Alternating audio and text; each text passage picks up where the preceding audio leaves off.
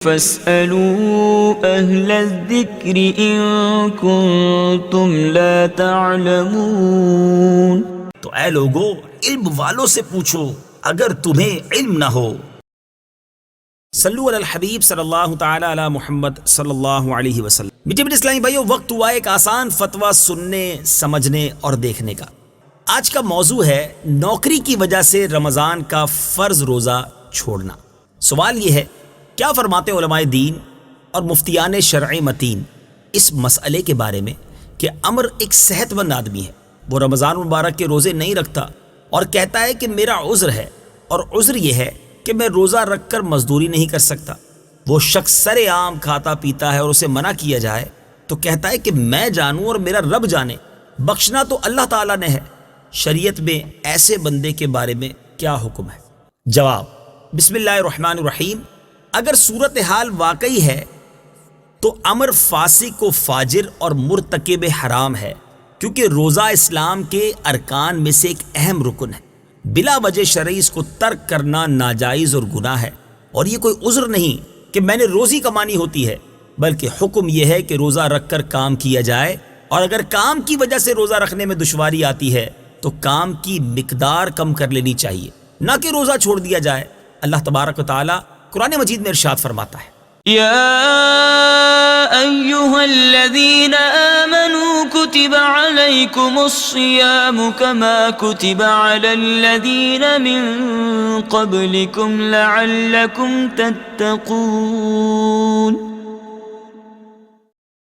ترجمہ کنزول ایمان، اے ایمان والو، تم پر روزے فرض کیے گئے جیسے اگلوں پر فرض ہوئے تھے کہ کہیں تمہیں پرہیزگاری ملے۔ نبی پاک علیہ الصلوۃ والسلام نے ارشاد فرمایا، میں سو رہا تھا کہ اچانک میرے پاس دو شخص آئے، انہوں نے مجھے میرے بازو سے تھاما اور ایک دشوار گزار پہاڑ کے پاس لے آئے اور بولے آپ اوپر تشریف لے چلیں۔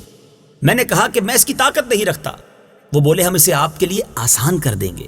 لہٰذا میں اوپر چڑھنے لگا، یہاں تک کہ جب میں پہاڑ کے برابر ہوا تو بہت ہولناک آوازیں آنے لگی۔ میں نے پوچھا یہ آوازیں کیسی ہیں؟ تو انہوں نے جواب دیا یہ جہنمیوں کے چیخنے کی آوازیں ہیں۔ پھر وہ مجھے لے کر ایسے لوگوں کے پاس آئے جو اپنی کونچوں کے ساتھ لٹکے ہوئے تھے، ان کے جبڑوں کو چیرا ہوا تھا، ان سے خون بہ رہا تھا۔ میں نے پوچھا یہ لوگ کون ہیں؟ جواب ملا یہ وہ لوگ ہیں جو روزہ افطار کرنے کا جائز وقت ہونے سے پہلے ہی روزہ افطار کر لیتے تھے۔ اللہ غنی، غور کیجیے، روزہ نہ رکھنا یہ اللہ تبارک و تعالیٰ کے نزدیک کتنا سخت ناپسندیدہ ہے۔ امام اہل سنت امام احمد رضا خان علیہ رحمۃ الرحمن اس حدیث پاک کے تحت فرماتے ہیں، جب قبل از افطار روزہ افطار کرنے پر یہ عذاب ہے تو ذرا خود سوچئے بالکل روزہ نہ رکھنے پر کتنا عذاب ہوگا۔ اللہ اللہ، در مختار میں ہے روزہ دار کے لیے ایسا کوئی کام کرنا جائز نہیں جس کی وجہ سے اسے کمزوری ہو۔ فتاوی رضویہ میں ہے اگر دھوپ میں کام کرنے کے ساتھ روزہ ہو سکے اور آدمی مقیم اور مسافر نہ ہو تو روزہ فرض ہے، اور اگر نہ ہو سکے تو روزہ رکھنے سے بیمار پڑ جائے، ضرر قوی پہنچے تو مقیم غیر مسافر کو ایسا کام کرنا حرام ہے، یعنی کام چھوڑنا ہوگا، روزہ نہیں۔ رمضان کے دنوں میں امر کا سر عام کھانا پینا رمضان کی توہین ہے۔ اگر سلطنت کی طرف سے اسلامی احکام جاری ہوتے تو ایسے آدمی کے خلاف سخت کارروائی کرتی۔ امر کا یہ کہنا کہ اللہ تعالیٰ بخش دے گا تو اس حوالے سے عرض ہے کہ جہاں اللہ عز و جل غفور الرحیم ہے وہیں جبار و قہار بھی ہے۔